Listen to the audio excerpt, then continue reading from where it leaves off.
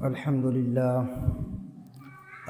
لله نحمده ونستعينه ونستغفره ونؤمن به ونتوكل عليه ونعوذ بالله من شرور أنفسنا ومن سيئات أعمالنا من يهده الله فلا مضل له ومن يضلل فلا هادي له ونشهد أن لا إله إلا الله ونشهد أن سيدنا ومولانا محمدا عبده ورسوله أما بعد قال الله تبارك وتعالى في القرآن المجيد والفرقان الحميد أعوذ بالله من الشيطان الرجيم بسم الله الرحمن الرحيم حافظوا على الصلوات والصلاة الوسطى وقوموا لله قانتين صدق اللہ العظیم۔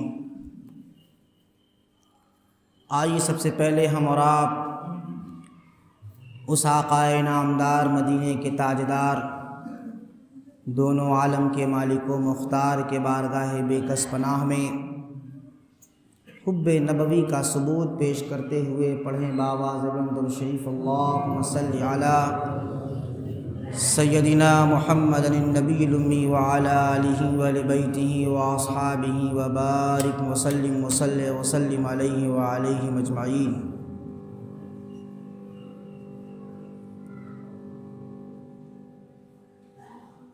اللہ رب العزت کا بے حد شکر ہے کہ اس نے ہمیں اور آپ کو دین اسلام میں پیدا کیا اور حضور پاک صلی اللہ علیہ وسلم کے امت میں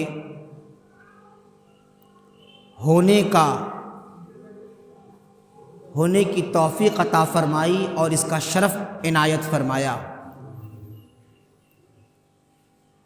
یوں تو ہر نبیوں کی امتی ہوئے ہیں اور جتنے بھی نبی آئے ان کی امتیں رہیں، ان کی امتی میں پرہیزگار لوگ بھی تھے، دیندار لوگ بھی تھے، بدعمالیوں کا شکار بھی تھے، بعض اس میں نیک بخت بھی تھے، بعض اس میں ایسے بھی تھے جو گناہگار بھی تھے، مگر حضور پاک صلی اللہ علیہ وسلم کی جو امت ہے، اس امت پر اگر نظر ڈالی جائے تو نیکوکار تو ہے ہی، اچھے اعمال والے تو ہے ہی ہیں، اس کے ساتھ ساتھ بدعمالوں کی بھی کمی نہیں ہے، گناہگاروں کی بھی کمی نہیں ہے، مگر صرف ہمیں ایک نسبت ہمیں بچائے ہوئے ہے۔ جتنی بدعمالیاں امت محمدیہ میں ہیں یہ کم نہیں ہیں، دیگر انبیاء کی امتوں کے ساتھ تو معاملہ یہ تھا کہ اگر کثرت سے گناہ ہو گئے تو ترت گرفت بھی ہو جاتا تھا، عذاب بھی نازل ہوتا تھا، مگر امت محمدیہ کا معاملہ ایسا ہے کہ اتنے بدعمالیوں کے باوجود، اتنے گناہوں کے باوجود، اتنا سیاہ اعمالوں کے باوجود صرف ایک نسبت کی وجہ سے ہم بچے ہوئے ہیں، وہ نسبت حضور پاک صلی اللہ علیہ وسلم کی ذات سے ہے کہ ہمیں نسبت حاصل ہے آقائے دو جہاں حضور تاجدار مدینہ سے، اور ان کی امتی ہونے کا شرف کی وجہ سے اللہ تعالی حیا کرتا ہے کہ ہمارے اوپر عذاب نازل کرے، اس کو حیا آتی ہے چونکہ اپنے حبیب سے وہ بہت محبت کرتا ہے۔ مگر ہماری ذمہ داری کیا ہے؟ وہ نبی جو ہر وقت ہمارے لیے یا رب حبلی امتوں، یا رب حبلی امتی کی صدائیں بلند کرتے رہے، دنیا میں آئے تو ہمارا ذکر رہا، دنیا میں آئے تو ہمیں یاد فرمایا، دنیا سے جا رہے ہیں تو ہمیں یاد فرما رہے ہیں۔ کیوں؟ اس لیے تاکہ ہماری نجات ہو سکے، ہماری بخشش ہو سکے۔ تو بخشش کے لیے اللہ تبارک شفاعت تو ہے، روز محشر میں شفاعت ہوگی، مگر اس کے ساتھ ساتھ دنیا میں جب ہم آئے ہیں تو دنیا کے لیے کچھ ریکوائرمنٹ ہیں، دنیا کی کچھ ضرورتیں ہیں، دنیا میں جب اللہ نے ہمیں بھیجا ہے تو ہمیں کچھ احکام کے ذریعے بھیجا ہے، اس احکام کو پورا کرنا یہ ہمارے اوپر ایک فرض ہے اور ہماری ذمہ داری ہے۔ قرآن کی آیت ہے، اللہ رب العزت نے سورہ بقرہ میں ارشاد فرمایا، حافظوا علی الصلوات والصلاۃ الوسطی وقوموا للہ قانتین، کہ اپنے نمازوں کی حفاظت کرو، 5 وقتہ نمازوں کی حفاظت کرو، پابندی سے پڑھو، پابندی سے۔ پابندی کا مطلب کیا ہے؟ حافظ کے معنی آتے ہیں حفاظت کی، یعنی مکمل کیئر کرنا، یہ نہیں کہ ایک وقت پڑھ لیا ایک وقت چھوڑ دیا۔ اور اس آیت کے اندر اس سے پہلے جب سورہ بقرہ کی آیتوں پر آپ غور کریں گے تو اس سے پہلے نکاح اور طلاق کا مضمون آیا ہے، اسی سورہ بقرہ کے اندر اس آیت سے پہلے نکاح اور طلاق کا مضمون آیا، اور اس میں معاملات کے تعلق سے ذکر کیا گیا قرآن کے اندر، آپسی معاملات۔ مگر اللہ تعالیٰ کا رہا ہے معاملات تو اس وقت فیئر ہوں گے، معاملات اس وقت اچھے ہوں گے جب دل اچھا ہوگا، معاملات اس وقت بہتر ہوں گے جب آپ کا نفس بہتر ہوگا، آپ کے دوسروں سے معاملات اس وقت بہتر ہوں گے جب آپ کی نیت بہتر ہوگی، آپ کے معاملات اس وقت اچھے ہوں گے جب آپ کا قلب صاف اور پاک ہوگا۔ اور یہ ایک ہی صورت ہے قلب کو صاف اور پاک کرنے کی۔ اللہ نے اس کے تعلق سے قرآن میں کہا حافظوا علی الصلوات، کہ نماز کی پابندی کرو، کہ جب نماز پڑھو گے تمہارا دل اللہ کی ذات سے مربوط ہوگا، جب تمہارا دل اللہ کی ذات سے مربوط ہوگا تو اللہ کا فیض تمہارے اوپر جاری ہوگا، اس کی توجہ اس کی عنایت تمہارے اوپر جاری ہوگی، تو اس سے فائدہ یہ ہوگا کہ آپ کے جتنے بھی معصیات ہیں اور سیاہ پن ہیں اللہ کی نظر سے وہ تمام چیزیں دھو دی جائیں گی۔ مگر شرط ہے کہ پہلے علی الصلوات، حافظوا علی الصلوات، نماز کی پابندی کرو۔ اور نماز کی پابندی کس طور پر؟ یہ نہیں کہ نماز کا وقت آیا گھر میں نماز پڑھ لیا، کبھی مسجد چلے گئے، با جماعت نماز پڑھنی ہے۔ چہ جائے کہ کوئی مجبوری ہو جائے، انسان کام سے آتا ہے اور وقت پر نہیں پہنچ پا رہا ہے تو گھر پر نماز پڑھ لیا، مگر اگر گھر پڑھی نماز ہر شخص پڑھنے لگے تو پھر ان مسجدوں کا کیا رول رہا، اور پھر اس مسجد کا مقصد کیا رہا؟ لوگ نماز پڑھتے ہیں ایسا نہیں ہے، نماز پڑھتے ہیں لوگ گھر پہ نماز پڑھتے ہیں اور مسجدیں خالی ہیں، مسجدیں ویران ہیں، اور ہم اسی مسجد کے لیے لڑ رہے ہیں کہ ہماری مسجد کی زمین کوئی چھین نہ لے۔ اوقاف کا مسئلہ کیوں آ رہا ہے؟ اسی زمین کے تعلق سے تو آ رہا ہے۔ تو ہم یہ سوچتے ہیں کہ میری مسجد ہاتھ سے جائے نہیں، ہم مسجد کے کاغذات کو اکٹھا کرنے میں تو لگ گئے تاکہ ہمارے کاغذات درست ہو جائے، ہماری مسجد کو کوئی چھینے نہیں۔ تو مسجد تو چھین ہی لے گا نا جب ہم مسجد کی حفاظت نہیں کریں گے، تو مسجد کی حفاظت آپ کی نماز سے ہوگی۔ اب آنے والے وقت میں یہ بھی بات اٹھے گی کہ کیوں اتنی بڑی مسجد بنائی جائے اور کیوں 5 وقت اذان دی جائے، جبکہ آپ مسجد کا وہ لوگ تو جائزہ لے رہے ہیں نا، انالائسس کر رہے ہیں ہم لوگوں کے مذہب میں۔ وہ یہ کہیں گے کہ بھائی وہاں تو ہر لوگ نماز پڑھتے نہیں ہیں، مسلمانوں تو بس 10% لوگ مسلمان جو ہیں وہ نماز پڑھتے ہیں، 10% لوگ مسلمان جو ہے وہ نماز پڑھتے ہیں، تو 10% کے لیے 5 وقت اذان دینے کی، سب کو پریشان کرنے کی کیا ضرورت ہے؟ یہ بات آئیں گی، تیار رہیے آپ حضرات اس چیز کے لیے بھی۔ اگر ہم اپنے اعمال کو درست نہیں کریں گے اور حقیقی معنوں میں اگر ہم دین کو فالو نہیں کریں گے تو یہ بھی ہوگا، اور ہمیں سننا پڑے گا، ہمیں ماننا پڑے گا۔ پھر ہم کس کے پاس جائیں گے؟ کس کے سامنے رونا روئیں گے؟ ہم یہ گھبرا رہے ہیں کہ ہماری مسجدیں، ہمارے مدارس، ہمارے مقارب چھینے جا رہے ہیں، اس کے سب سے پہلے ذمہ دار ہم خود ہیں۔ ہم اپنا مال سامنے رکھ دیں اور اپنے مال کی ہم خود حفاظت نہیں کریں گے تو کوئی بھی آ کے لے کے چلا جائے گا، کوئی بھی آ کے لے کے چلا جائے گا۔ تو اپنے مال کی حفاظت ہمیں کرنی ہے، تو سب سے پہلے اپنی مسجدوں کی حفاظت کیجئے، اور مسجدوں کی حفاظت آپ کے نماز سے ہوگی۔ مولانا صاحب اگر نماز پر تقریر کر دیے تو دوسرا دن دیکھیے گا مسجد خالی ہو جائے گی، ارے ہم نماز پر تقریر کر رہے ہیں، ارے نماز، ارے دین کی بنیاد ہے نماز، ہماری شناخت ہے نماز، اسلام کی پہچان ہے نماز، اسلام اور کافر کے درمیان دیوار ہے نماز۔ کہاں جا رہے ہیں آپ؟ کس چیز کو چھوڑ رہے ہیں؟ مذاق بنا کے رکھا ہے دین کو، جب من آیا نماز پڑھ لیا، جب من آیا نماز چھوڑ دیا، جسے نماز نہیں کھلونا بن گیا ہو۔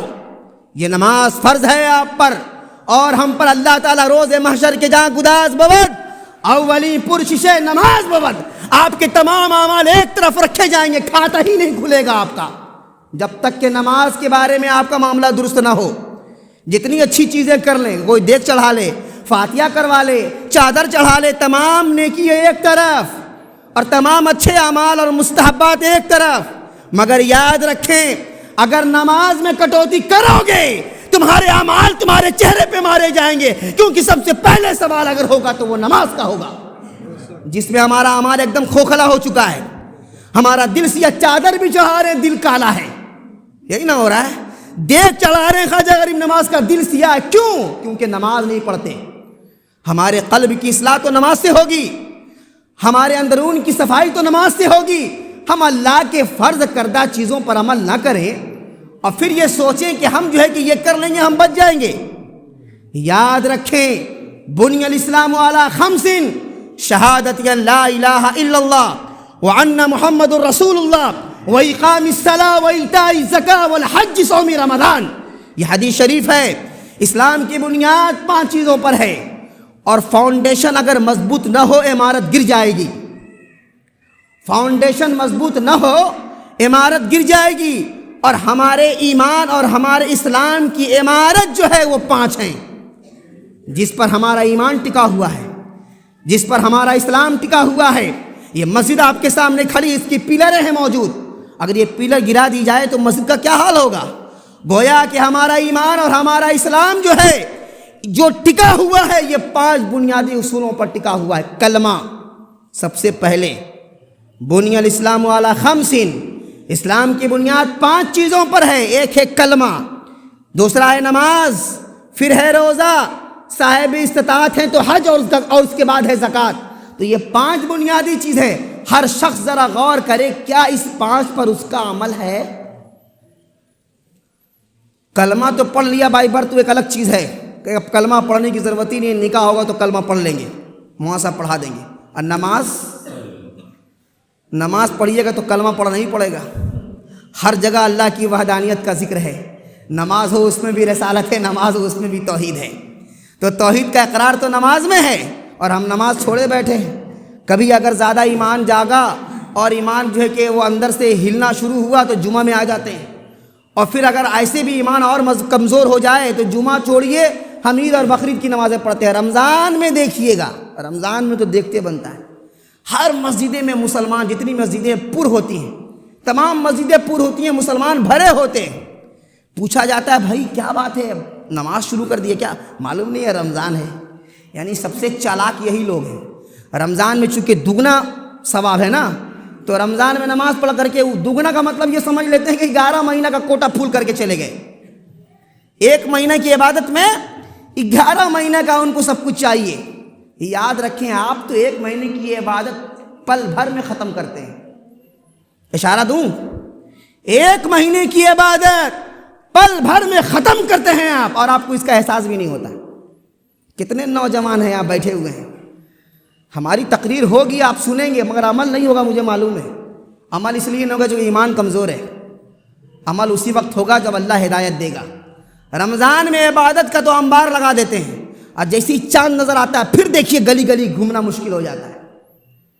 گلی گلی میں کیا ہوتا ہے، اور یہاں ماں بہنیں کیا بولتی ہیں، ارے بچہ خوشی نہیں منائے گا تو کیا منائے گا، ابھی تو عمر ہے اس کی خوشی منانے کی۔ یاد رکھے تعاونوا بالبر والتقوی ولا تعاونوا علی الاسم والعدوان۔ اگر آپ اپنے بچوں کا ساتھ دیتے ہیں، قرآن نے کہا ہے اگر کنٹریبیوشن کرنا ہے، اگر تعاون کرنی ہے، اچھی چیزوں میں کرو، نیک چیزوں میں کرو، بر کی چیزوں میں کرو، اور یاد رکھو اگر گناہ کی چیزوں میں اگر تمہارا کنٹریبیوشن ہے، اگر تم اس کا ساتھ دے رہے ہو تو جتنا گناہ اس کو ملے گا اتنا ہی گناہ تم کو ملے گا۔ مگر ماں بہنیں بہت ساتھ دیتی ہیں، والد صاحب بھی خوش ہو جاتے ہیں میرا بچہ کیا ناچ رہا ہے۔ گلیوں میں دیکھیے آپ، ہمیشہ عید میں تقریریں ہوتی ہیں، اور ہمیشہ اس پہلو پر غور کرایا جاتا ہے مسلمانوں کو اثر کیوں نہیں ہوتا؟ کیا وجہ ہے کہ مسلمانوں کو اللہ کا خوف نہیں آ رہا، ایمان ختم ہو چکا ہے؟ اور یہی وجہ ہے کہ ہم سے لوگ ہمارے دین کا مطالبہ کر رہے ہیں، لوگ بک جا رہے ہیں، اپنے دین کو بیچ دے رہے ہیں۔ ایمان نہیں تو بیچیں گے ہی۔ ہمارے دین کا سودا ہو رہا ہے، کوئی ٹوپی کرتا پہن کے سودا کر رہا ہے، کوئی داڑھی رکھ کے سودا کر رہا ہے، کوئی لباس پہن کے سودا کر، تو لباس سے لوگ متاثر ہوتے ہیں۔ جتنا بڑا جبہ اور جتنی لمبی دستار اور اس کا شملہ، اتنا ہی لوگ اس سے متاثر ہوں گے، بہت بڑے علامہ ہیں، اور لوگ متاثر ہونے کے بعد وہ جو چاہے وہ کروا لے، پوری قوم اس کے پیچھے دوڑ رہی ہے۔ کیسے لوگ ہیں؟ عقل اللہ نے دی ہے، سمجھ دی ہے، ذرا اس پر غور کریں۔ ہم اپنے دین کو اپنے ہاتھ سے برباد کر رہے ہیں، اور پھر یہ سوچتے ہیں کہ لوگ ہمارے دشمن ہیں۔ ہم اپنے دشمن خود ہیں۔ قرآن نے کہا حافظوا علی الصلوات، نماز کی پابندی کرو، نماز کو اس کے وقت پہ پڑھو، نماز کو باجماعت پڑھو، اور نماز کو صحیح ڈھنگ سے پڑھو۔ نماز کو صحیح ڈھنگ سے کب پڑھیے گا؟ جب دین کی تعلیم ہوگی، جب نماز کے فرائض اور واجبات آپ کو معلوم ہوں گے۔ کتنے لوگ یہاں بیٹھے ہوں گے جن کو نماز کا طریقہ نہیں معلوم ہوگا، وضو کا طریقہ نہیں معلوم ہوگا۔ نماز تو بہت دور کی بات ہے، اور نماز اچھی ہوگی جب وضو درست ہوگا۔ نماز اس وقت بہتر ہوگی جب وضو بہتر ہوگا، اور وضو تو چھوڑیے، بہت سارے ایسے لوگ ہیں جن کو نہانے کا طریقہ نہیں معلوم۔ ابھی 2 سال پہلے میں گیا تھا پھلواری شریف، ایک شخص ہے، اس کو میں نے دیکھا وہ بہت زیادہ عبادت گزار تھا، بہت زیادہ، کوئی نماز اس کی قضا نہیں ہوتی تھی۔ اب آپ سنیے، ایسے ایسے عبادت گزار بھی ہیں کہ وہ عبادت کر رہے ہیں، پر ہماری عبادت صحیح ڈھنگ سے ہو رہی ہے کہ نہیں ہو رہی ہے یہ معلوم نہیں۔ بہت عبادت گزار، اور کیا دیکھا، وہ ایک تالاب ہے خانقاہ کے اندر، اس تالاب میں وہ ڈبکی لگا کے چلے آئے غسل کر کے اچھے سے۔ تو میں وہاں بیٹھا رہا، جب وہ غسل کر لیے، میں بھی گیا تھا غسل کرنے کے لیے ہی، مگر وضو بنایا، غسل کیا نہیں، ٹھنڈی بہت تھی، تو دیکھا کہ وہ غسل کر رہے ہیں، مگر انہوں نے غسل کا جو فرائض ہیں انہوں نے اس کو ادا نہیں کیا۔ جب وہ غسل سے فارغ ہوئے، میں نے پوچھا کہ آپ غسل کیے، غسل میں کتنے فرض ہیں؟ تو کہا غسل میں فرض تو ہم کو نہیں معلوم، بس چلے جاتے ہیں اور پانی ڈال لیتے ہیں، پورا جسم کو بھگا لیتے ہیں، یہی سمجھتے ہیں کہ بھائی پورا بدن صاف ہونا چاہیے۔ ہم نے کہا یہ حال ہے مسلمانوں کا۔ وہ نماز پڑھ رہے تھے، اور نہ جانے اس نماز کے دوران اور اپنی پوری زندگی میں، جائے ان کی عمر 35-40 سال ہو، اب اس عمر میں جنبی کسی نہ کسی وقت میں تو ہوئے ہوئی ہوں گے، ناپاک ہوئے ہی ہوں گے، اور ناپاکی دور کرنے کا جو طریقہ اسلام نے بتایا وہ ان کو معلوم نہیں۔ اب پوری زندگی وہ ویسے ہی پانی ڈال رہے ہیں۔ یہاں بھی بہت سارے لوگ ہیں، نل پہ جا کے دیکھیے، جائیں گے اسے پانی لیں گے، ڈال لیں گے، اور سمجھیں گے ہم پاک ہو گئے۔ بہت بیسک چیز ہے یہ، اور جن لوگوں کو معلوم ہوگا وہ سوچیں گے مولانا صاحب اتنی بیسک چیز بتا رہے ہیں۔ وہ بیسک آپ کے لیے ہے، مگر بعض لوگ جو نہیں جانتے ان کے لیے بہت بڑا چیلنج ہے۔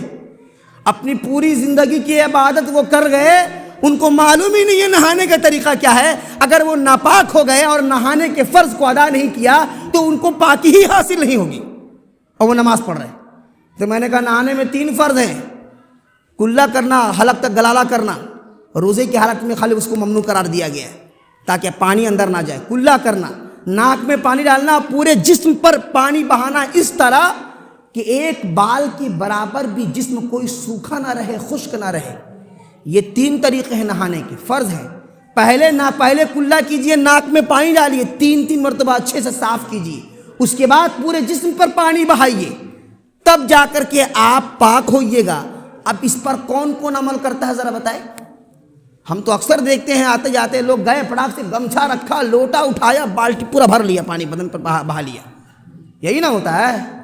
مگر پوچھنے کی توفیق نہیں ہے۔ امام کو انگلی کرنے کو تو سب کو آتا ہے، امام صاحب ٹائم پہ آ رہے ہیں کہ نہیں، امام صاحب دعا زور سے مانگ رہے ہیں کہ آہستہ، امام صاحب کا پیر آگے پیچھے ہو رہا ہے کہ ٹھیک ٹھاک سے کھڑے ہیں، امام صاحب پر سب کا فوکس ہے، مگر اپنی عبادت پر فوکس نہیں ہے کہ میری عبادت صحیح معنوں میں قبول ہو بھی رہی ہے کہ نہیں، کیسے ہی پڑھ رہے ہیں۔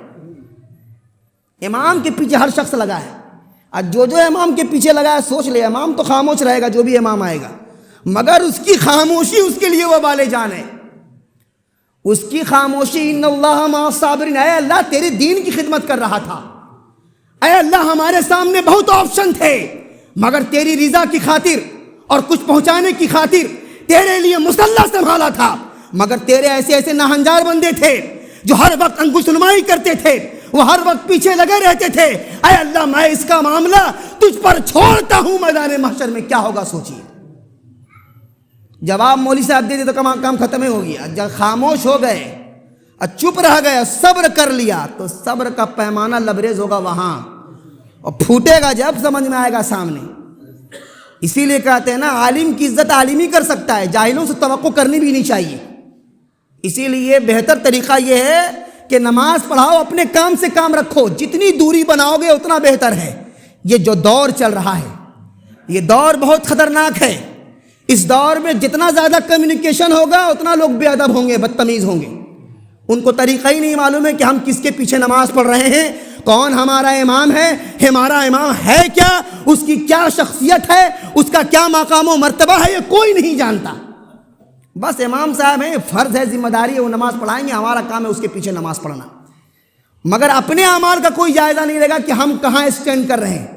ہماری عبادت بھی ٹھیک ہو رہی ہے لیکن امام سے سمپرک کریں، تو امام سے سمپرک تھوڑی کریں گے ہم جائیں گے امام کے پاس، جس کو ضرورت ہوگی وہ آئے گا، جس کو ضرورت ہوگی وہ آئے گا، نہیں امام کو ضرورت ہے، امام تمہارے پیچھے پیچھے دوڑے۔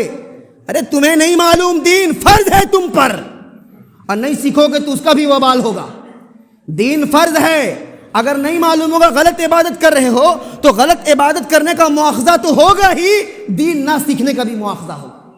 آپ کا امام موجود ہے، آپ کو سکھانے کے لیے تیار ہے، مگر آپ کو تو سمپرک نہیں کرنا، آپ کو تو کسی اور سے سیکھنا ہے، یوٹیوب سے سیکھنا ہے، یا راستے چلتے ہوئے۔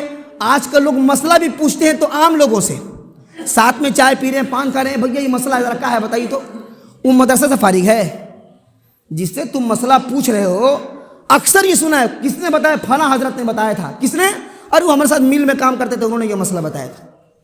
مسئلہ بھی ہم میل والے بتا رہے ہیں، مسئلہ بزنس مین بتا رہے ہیں، مسئلہ ڈرائیور بتا رہے ہیں، ہم لوگوں کو تو اب کوئی کام ہی نہیں رہا، ہم لوگوں کو تو چھٹی دے دیجیے، پھر دوسرا کام کریں۔ اب مسئلہ آپ لوگ میل والے سے اور آٹو رکشے والے سے اور تجارت کرنے والے سے، کپڑا فروش سے سیکھ لیجئے۔ مذاق ہے، دین مذاق بنا کر رکھ لیا ہے، دین کو مذاق بنا کر رکھ لیا۔ یاد رکھیں، اگر صحیح علم نہیں ہوگا تو آپ اپنے نمازوں کی حفاظت نہیں کر پائیں گے۔ قرآن نے کہا حافظوا علی الصلوات، تو آپ کیسے حفاظت کریں گے؟ آپ کی تو نماز پہلے سے درست نہیں ہوئی، فاؤنڈیشن ہی گڑبڑ ہے، بنیاد ہی گڑبڑ ہے۔ آپ آئے نماز پڑھنے کے لیے، نماز کا طریقہ ہی نہیں معلوم، اور سیکھنے کی بھی خواہش نہیں، مدرسے میں بچوں کو بھیجنا ہی بند کر دیا۔ مدرسے میں کیا بچوں کو بھیجیں گے؟ مدرسہ کا نظام بھی گڑبڑ ہے، ہم اس بات کو مانتے ہیں کہ مدارس کا نظام ہے گڑبڑ، اس کو درست کرنے کی ضرورت ہے تاکہ اچھے بچے مدارس سے نکل سکیں، یہ ایک الگ ٹاپک ہے۔ تو اللہ نے کہا حافظوا علی الصلوات والصلاۃ الوسطی، اور کس نماز کی حفاظت کرو؟ 5 وقت کی نماز کی حفاظت کرو، خاصتاً اسپیشلی بیچ کی نماز کی حفاظت کرو۔ بیچ کی نماز کا مطلب صلاۃ وسطیٰ کہتے ہیں درمیانی نماز، اور درمیانی نماز عصر کی نماز ہے۔ درمیانی نماز کون سی ہے؟ عصر کی نماز، یعنی فجر، ظہر، بیچ میں عصر، پھر مغرب، پھر عشاء، ادھر 2 نماز، ادھر 2 نماز، بیچ میں عصر کی نماز۔ بخاری شریف میں آیا کہ صلاۃ الوسطیٰ کی حفاظت کرو، اور یہ بہت اہم ہے، اس کی تاکید آئی ہے۔ مطلب یہ 5 وقت تو پڑھنا ہی ہے، 5 وقت انسان سے غفلت نہیں ہوتی، یاد رکھیے گا، بے توجہی نہیں ہوتی۔ مگر عصر کا وقت ایک ایسا وقت ہے کہ اکثر لوگ اس میں غفلت کرتے ہیں۔ کوئی کاروبار میں لگا ہے، اور کسی کو قیلولہ کرنے کی لمبی عادت ہے، وہ قیلولہ کرنے میں لگا ہے۔ اب وہ جو کھانا کھا کے 1 بجے سویا ہے، اس کی آنکھ ہی نہیں کھلی، تو قیلولہ کا وقت ہے، مگر قیلولہ کا وقت تھوڑی دیر ہے کہ کھانا کھانے کے بعد تھوڑا استراحت کر لیں، آرام کر لیں، تاکہ پھر عبادت کے لیے آپ تیار ہو جائیں۔ یہ نہیں کہ آپ سوئے، عصر کے بعد ایسے لگ رہا ہے کہ آپ رات میں سو رہے ہیں، قیلولہ لیلولہ ہو گیا۔ قیلولہ کیا ہو گیا؟ لیلولہ ہو گیا۔ لیلولہ کہتے ہیں رات کی نیند، اور قیلولہ کہتے ہیں تھوڑی سی قلت والی۔ تو قیلولہ قلت سے ہے، تھوڑی سی نیند حاصل کیجئے، تھوڑی سی آرام کر لیجئے۔ مگر کیا ہوتا ہے، غفلت لوگ ہوتے، تجارت والے لوگ ہوتے ہیں، عصر کے وقت میں اکثر تجارت کی وجہ سے نماز ان کی ترک ہو جاتی ہے، لوگ نماز چھوڑ دیتے ہیں۔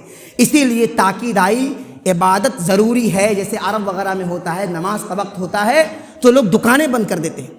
آج بھی اگر مسلمان ہر نماز کے وقت میں دکان بند کرنا شروع کر دے، بہت سارے ہوں گے اللہ کے بندے ایسے ہمارے درمیان بیٹھے ہوں گے، اللہ تعالیٰ ان کے عمل کو قبول فرمائے۔ بہت سارے ایسے بندے ہوں گے جو نماز کے وقت میں اپنی دکان کو چھوڑ کر کے آتے ہوں گے نماز پڑھنے کے لیے۔ بہت سارے ایسے ہوں گے جو نماز کی فکر ہوگی اور وہ دکانداری نہیں دیکھتے ہوں گے، نماز پہلے دیکھتے ہوں گے۔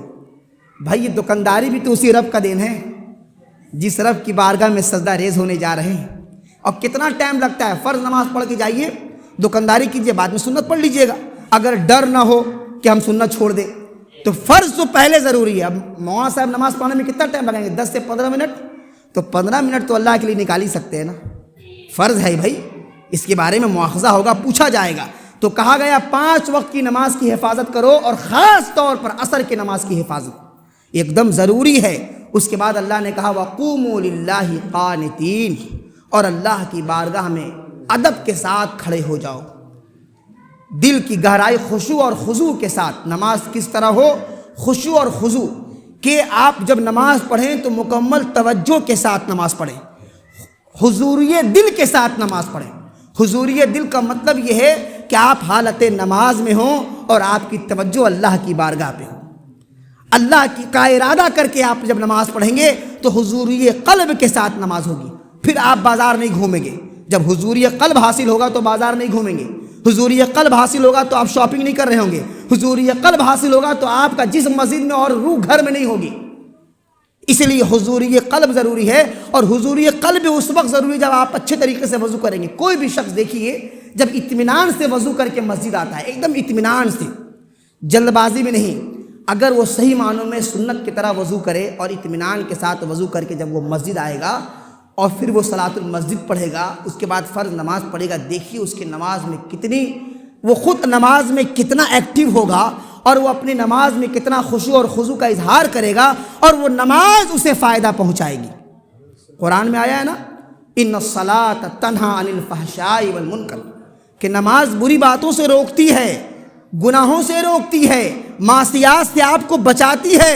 نماز ہماری حفاظت کرتی ہے، مگر کون نماز؟ وہ نماز جو خشوع اور خضوع کے ساتھ ہو، وہ رسم والی نماز نہیں۔ جو رسمی نماز لوگ پڑھتے نہ، رہ گئی رسم اذان، روح بلالی نہ رہی، اذان ہونا بھی رسم بن گئی اور جماعت بھی رسم بن گئی، تو رسم نہیں ہونی چاہیے۔ اگر عبادت رسم کے طور پر کریں گے تو اس عبادت کا کوئی مطلب ہی نہیں ہے۔ عبادت تصنع نہیں ہونا چاہیے۔ بعض لوگوں کی خواہش ہوتی ہے کہ ہم بڑی اچھی قرأت سنیں۔ اگر کوئی خشوع اور خضوع نماز پڑھانے والا، کوئی عابد، کوئی اللہ کا ولی نماز پڑھا رہا ہے اور وہ بہت زیادہ لہرا کے قرأت نہیں کر رہا ہے، تو مقتدی کہیں گے ان کے پیچھے نماز نہیں پڑھیں گے۔ اب ان کو نماز نہیں چاہیے، عبادت سے ان کو سروکار نہیں، ان کو تو اچھی قرأت چاہیے۔ تو قرأت اچھی موبائل میں لگا کے سن لو، یہ تو عبادت ہے نا۔ عبادت تصنع سے خالی ہونا چاہیے، عبادت میں ریاکاری نہیں ہونا چاہیے۔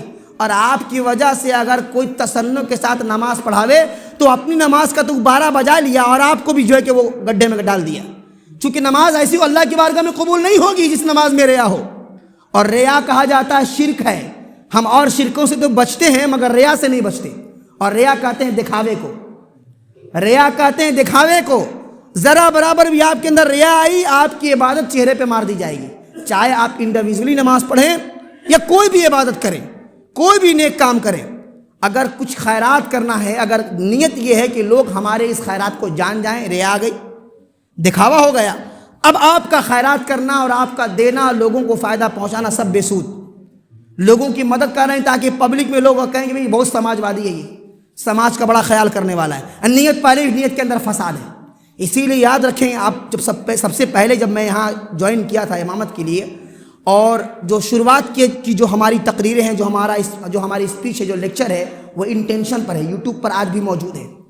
جن لوگوں نے نہیں سنا ہے وہ ضرور سنیے اس کو سننے سے فائدہ یہ ہوگا کہ آپ کے اعمال اچھے ہوں گے، کیونکہ سارا اعمال کا تعلق نیت سے ہے۔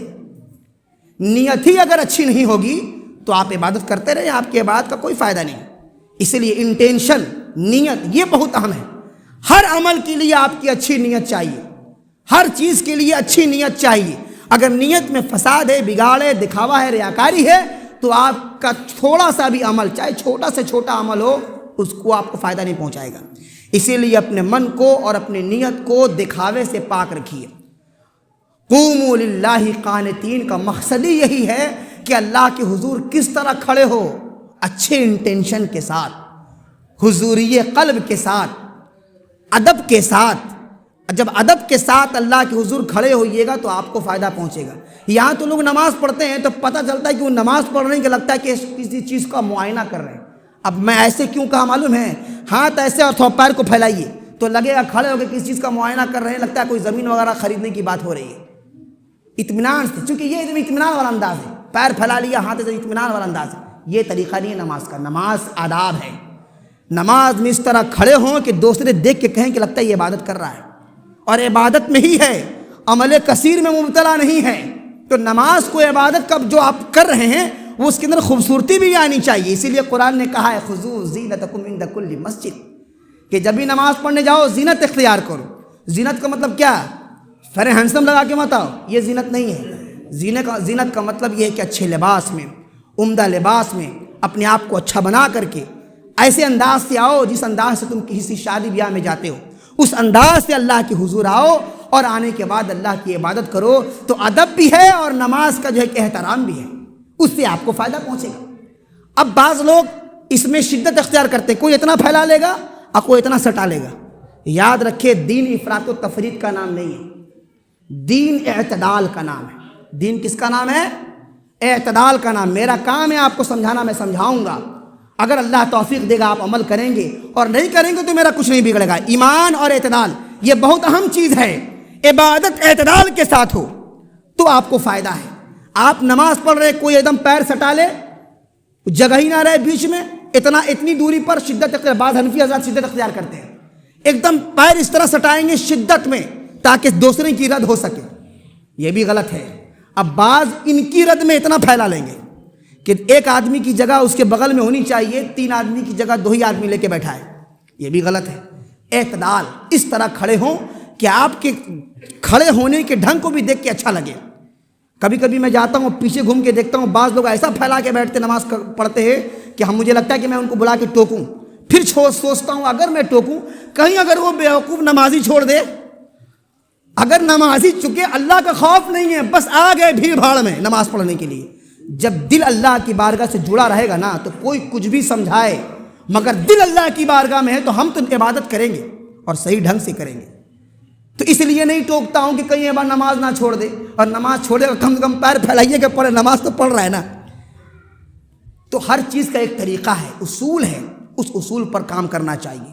نماز پڑھیے مگر اچھے ڈھنگ سے پڑھیے، اپنے امام کو فالو کیجیے. ہم بھی حنفی ہیں، ایسا نہیں ہے کہ ہماری نماز خراب ہو رہی ہے اور آپ کی نماز اچھی ہو رہی ہے آپ پھیلا لیے. تو اپنے امام کو فالو کیجیے، اپنے امام کے مطابق نماز پڑھیے. کیونکہ ہم بھی جو نماز پڑھ رہے ہیں حدیثی کے اعتبار سے پڑھ رہے ہیں. حدیث میں ایک لڑکے کو میں نے بلایا کمرے میں، ہم نے کہا تم ایسے نماز پڑھتے کیوں؟ وہ اللہ کے رسول ایسا پڑھتے تھے نا. تو ہم نے کہا جو ہم پڑھتے تھے کہ اللہ کے رسول ایسے نہیں پڑھتے تھے؟ تو نہیں، ہم کہاں بول رہے آپ غلط کر رہے ہیں. ہم نے کہا یہ ہم نہیں کہا تم سے، یہ جواب یہ نہیں ہوا. ہم جو نماز پڑھ رہے ہیں یا پڑھا رہے ہیں کیا یہ غلط ہے؟ ہم نے پوچھا کتنے امام ہیں بتاؤ؟ تو کہہ رہا 4 امام. ہم نے کہا نام بتاؤ. تو اب سوچ رہا ہے. ہم نے کہا تم کو کس نے سکھا دیا یہ سب چیزیں؟ 4 امام برحق ہیں، امام ابو حنیفہ، شافعی، مالک، احمد بن حنبل. اور چاروں کا مسلک جو ہے وہ حدیث کے اعتبار سے ہے، اجتہاد کا فرق ہے. اب کوئی امام ابو حنیفہ کے مسلک کے اعتبار سے نماز پڑھ رہے تو مسلک امام ابو حنیفہ کا ہے، حدیث امام ابو حنیفہ کی نہیں ہے. حدیث تو رسول اللہ کی ہے. حدیث کس کی ہے؟ امام ابو حنیفہ کے بارے میں الگ لوگوں کا مائنڈ سیٹ کر دیا گیا. ایسا لگتا ہے کوئی شخصیت ہی نہیں ہے امام ابو حنیفہ. مطلب اس طریقے سے شدت پھیلایا گیا لوگوں کے اندر کہ لوگ دین کو مذاق بنا کر رکھے. کوئی فالو کر رہا ہے انجینئر مرزا کو، کوئی فالو کر رہا ہے کسی اور کو. دین کو فالو کرنا ہے نا بھائی. تو دین کے جو بہترین ڈاکٹر ہیں ان کو نہ فالو کریں گے؟ انجینئر مرزا زیادہ بڑا عالم ہے یا امام ابو حنیفہ ہے؟ وہ اجتہاد کر کے آپ کو سمجھا رہا ہے اور آپ سمجھ لے رہے ہیں. کتنی عقل کہاں گئی آپ کی عقل؟ اور کتنی غلط باتیں وہ بتاتا ہے، بیان کرتا ہے. آپ کو تو عقل ہے نہیں سمجھتے دین کے بارے میں کہ آپ اس کو جا کر کے تحقیق کریں اور سمجھ پائیں وہ کیا بول رہا ہے، کیا مغلظات بک رہا ہے. آپ کو لگ رہا ہے دین پیش کر رہا ہے، وہ بیوقوف بنا رہا ہے، آپ کو بیوقوف بن رہے ہیں. آپ کو اگر فالو کرنا ہے تو امام ابو حنیفہ انجینئر مرزا سے بڑے عالم ہیں اور محدث ہیں اور فقیہ ہیں، مجتہد ہیں. انجینئر مرزا مجتہد نہیں ہے. کتنے علماء کا فتویٰ ہے اس کے اوپر. اب بعض جاہل قسم کے لوگ کیا بولتے ہیں معلوم ہے؟ انجینئر مرزا جو ہے اس کا علماء جواب نہیں دے پاتے. کچھ بھی بولنا شروع کر دیتے ہیں لوگ. انجینئر مرزا کا علماء کے پاس جواب نہیں ہے. یعنی اگر وہ آ جائے، اب انجینئر مرزا جو ہیں رسول اللہ کے بعد اگر کسی کو فالو کرنا ہوگا تو انجینئر مرزا کو کرنا ہوگا، تمام محدثین ختم. کیا بے وقوفی ہے بھائی، دین کا مذاق بنا کے رکھا ہے. اسی لیے اپنے اچھے علماء سے پوچھیے. آپ اگر رفع الیدین کرتے ہیں کریں، میں اس کی مخالف نہیں ہوں چونکہ حدیث میں موجود ہے، اور عدم الرفع الیدین بھی حدیث میں موجود ہے. اس کا مطلب یہ نہیں کہ اس کو برا کریں اس کو اچھا کریں. آپ کے بابا دادا حنفی المسلک کو فالو کیے اور آپ چینج ہو گئے. کیوں بھائی؟ آپ کو کیا کمی نظر آئی امام ابو حنیفہ کے اجتہاد پر؟ یہ سوال اگر میں کروں آپ سے، امام ابو حنیفہ کے اجتہاد پر آپ کو کیا کمی نظر آئی؟ اپنے علم کی روشنی میں جواب دیجیے گا. یاد رکھیں انجینئر مرزا کے کانسیپٹ پہ جواب مت دیجیے گا. آپ کہیں گے کہ ہم مقلد نہیں ہیں اور پھر بھی تقلید کر رہے ہیں. کس کی؟ انجینئر مرزا کی. تو آپ تو تقلید کر رہے ہیں. آپ اسی کی بات نہ بول رہے ہیں، آپ اسی کا سن کر کے آپ کو سنا رہے ہیں. آپ خود سے تو آپ نے حدیث قرآن پڑھا نہیں. اب تو لوگ ترجمہ لے کے دوڑتے ہیں حدیث اور قرآن کا. اب ترجمہ پڑھاتے ہیں، ترجمہ سمجھاتے ہیں. یاد رکھیں ہر مکتب فکر کے لوگ اپنے اپنے مذہب کے اور اپنے اپنے مکتب فکر کے اعتبار سے ترجمہ لکھ رہے ہیں اور مطلب سمجھا رہے ہیں. جوناگڑھی ایک تفسیر ہے، میں نے اس کو پڑھا. جب میں نے اس کو پڑھا تو میں نے اس کی کتنی خیانتوں کو میں نے نکالا کہ یہ دیکھو کہاں ککھڑی کہاں مچانا. وقت نہیں ہے، وقت بہت زیادہ ہو گیا، ورنہ اس کے بارے میں آپ کو بتاتا. وآخر دعوانا الحمدللہ رب العالمین. جن لوگوں نے سنت نہیں پڑھا سنت پڑھیں.